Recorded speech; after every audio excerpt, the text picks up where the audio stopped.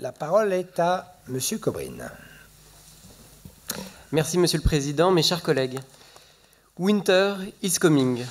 L'hiver vient, en bon français. Cette devise, issue d'une série grand public, décrit l'arrivée inéluctable d'un danger d'une ampleur inédite et qui menace toute l'humanité. Comment ne pas y penser à l'heure actuelle? L'hiver qui vient, c'est d'abord le mur du changement climatique que l'on se prend en pleine face, que l'on se prend à une vitesse que même les pires prévisions scientifiques n'avaient pas osé projeter. Cet été a marqué chacune et chacun d'entre nous au fer rouge. Des incendies partout, à Heurt, à Molsheim, à Kreuzwiller, à Strasbourg, un massif des Vosges, interdit d'accès, des canicules à répétition, l'eau qui manque partout, dans la nappe phréatique qui est au plus bas, dans le Rhin dont l'embouchure n'était plus navigable, dans des cours d'eau à sec, dans des villages du Sungo privés d'eau. C'est l'eau aussi qui se dégrade, celle du robinet, avec 25% de l'eau des Barinois polluée aux pesticides, celle des cours d'eau, où les poissons sont morts étouffés par une eau trop chaude. L'hiver qui vient, c'est aussi le mur économique et social vers lequel se dirige toute la société.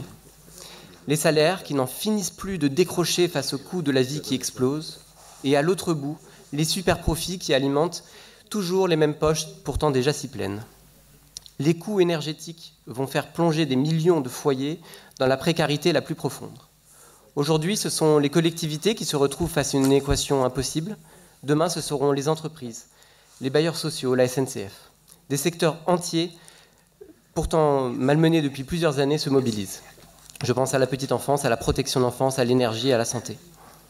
L'hiver qui vient, c'est enfin l'intensification des violences patriarcales, en particulier face aux femmes qui refusent de subir encore et toujours les mêmes violences. Je pense aux 5 ans de MeToo qui ont marqué ce mois d'octobre. Je pense au courage infini des femmes iraniennes. Je pense aux militantes et femmes élues qui combattent les violences sexistes et sexuelles dans le monde politique. Face à l'hiver qui vient, nous n'aurons d'autre choix que de nous retrousser les manches. Face à l'hiver qui vient, que faites-vous, Monsieur le Président? Vous provoquez cet hiver en continuant à financer un système agro-industriel qui piège nos agriculteurs et qui détruit l'eau, notre bien commun le plus élémentaire, en mettant sous perfusion les milieux économiques au détriment des classes populaires et d'une politique sociale ambitieuse. Je ne prendrai que 2 exemples. Les 400 000 € attribués à Michelin pour une cérémonie des chefs étoilés, quand cette société réalise un bénéfice de plus de 2 milliards d'euros, et à l'inverse, rien sur la tarification solidaire dans les cantines, des limitations très hautes du nombre d'enfants confiés par travailleurs sociaux, un hébergement d'urgence à minima, et enfin, en refusant d'organiser notre collectivité de manière démocratique, puisque vous excluez les citoyens de la commission permanente qui prend pourtant 90% des décisions. Vous attendez également cet hiver, parfois les bras croisés, en continuant d'amasser votre tas d'or sans ne rien en faire. Rappelons qu'à la fin de 2021, c'est près d'1/4 de milliard d'euros qui restaient dans les caisses de la CEA et dont vous avez privé les Alsaciennes et les Alsaciens. En ne prenant pas vos responsabilités face à un élu condamné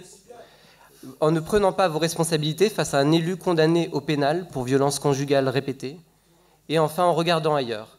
Vous parlez d'écharpe pour les élus, vous vous réservez des bureaux à Paris pour plaider la sortie du Grand Est, et vous allez augmenter aujourd'hui, dans ce contexte, les indemnités des élus. Pourtant, l'hiver vient. Nous le savons toutes et tous, et personne ne pourra vous pardonner cet attentisme. Je vous remercie.